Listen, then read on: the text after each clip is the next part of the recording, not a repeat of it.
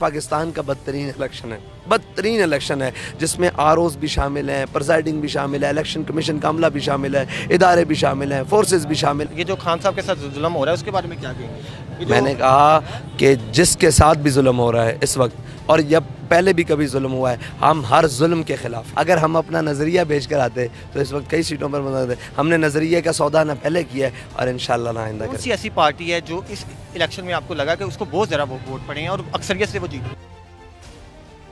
अस्सलाम वालेकुम नाज़रीन, मैं हूं आपका होस्ट मुबीन अहमद और मेरे साथ मौजूद है तहरीक लब्बैक पाकिस्तान के सरबराह हाफिज़ साद हुसैन रिजवी। ये भी कहते हैं कि मेरे हक़ पर भी डाका डाला गया है, इलेक्शन कमीशन ने डाला है। आज पंजाब असम्बली हाल के बाहर मौजूद हैं हम, यहाँ पर इन्होंने रैली भी निकाली और यहाँ पर इन्होंने खिताब भी किया। सर बताइएगा, क्या आपके वोटों पर भी डाका डाला गया? जी, कौम के वोटों पर डाका डाला गया। मेरे वो कहाँ से हैं? वो तहरीक लब्बैक पाकिस्तान के वोट हैं। पूरी कौम के हक पर डाका डाला गया। देख रहे थे रात को कि आप अटक से भी जीत गए, काफ़ी ज़रा सीटें निकाली हैं आपने, सुबह उठे हैं तो आपकी सीटें गायब।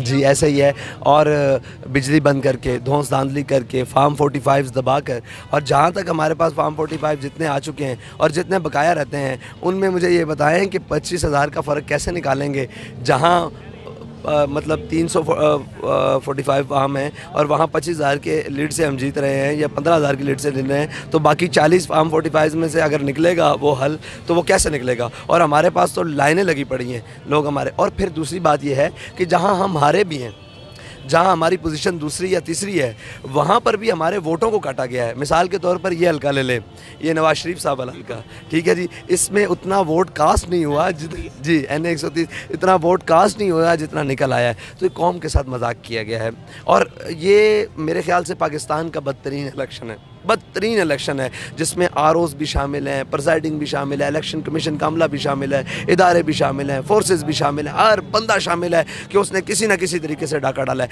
लेकिन बाज़ लोग दयानतदार भी थे, वो रोए भी, पीटे भी, लेकिन आपको पता है फिर ताकत और बंदूक की नोक के ऊपर तो आगे बहुत कम लोग होते हैं जो खड़े होते हैं। उस लोग कहते हैं हाफिज़ साद हुसैन रिजवी साहब जो हैं वो अपने वालिद मोहतरम के मिशन को लेकर चल रहे हैं, लेकिन वो लोगों का इख्तलाफ भी रहता है कि जो बाबा जी का अंदर वो जो वलवला था, लोग बहुत ये कोई नहीं निगलेक्ट कर सकता, नहीं नज़रअंदाज कर सकता कि वो आशिक़ रसूल नहीं, हर एक मानता है कि वो बहुत बड़े आशिक़ रसूल थे। तो उनके बारे में थोड़ा सा बताइएगा।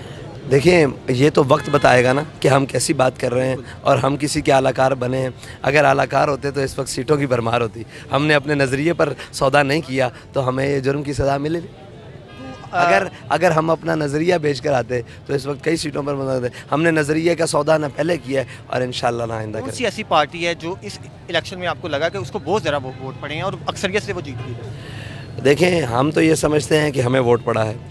हाँ, हम ये समझते हैं कि तहरीक लब्बैक पाकिस्तान को बहुत वोट कास्ट हुआ है, लेकिन लोगों ने हक़ राय दही इस्तेमाल बहुत किया है, ये बात है। वोटर निकला है और भरपूर वोट दिया है, लेकिन कौम के सामने उसका रिज़ल्ट नहीं आने दिया गया। अब वो बूथ के अंदर मैंने भी एक वो पर्दे में वोट डाला है, मुझे ये नहीं मालूम कि किसने किसको जाकर डाला है, लेकिन लोग वोटर के रुझान से पता लग जाता है, उसके चेहरे से पता लग जाता है, उसकी शनाख्त से पता लग जाता है कि वो कहाँ जा रहा है। तो वोटर निकला है, उसने अपने हक़ राय दही का इस्तेमाल किया है, लेकिन उसको काट कर लाडलों के डब्बों में डाला गया। कहा कि हम जुल्म की सियासत नहीं करना चाहते, हम जो है अमन की सियासत करना चाहते हैं जिसमें तमाम को, हम अदल और हक की सियासत करना चाहते हैं और हक के अंदर ही अमन है और अदल के अंदर ही अमन है, ठीक है। ये जो खान साहब के साथ जुल्म हो रहा है उसके बारे में क्या कहेंगे? मैंने कहा कि जिसके साथ भी जुल्म हो रहा है इस वक्त, और जब पहले भी कभी जुल्म हुआ है, हम हर जुल्म के ख़िलाफ़ हैं। तो कोई पैगाम देंगे या लाखों चाहने वाले हैं आप? मैं ये कहता हूँ कि मायूस नहीं होना।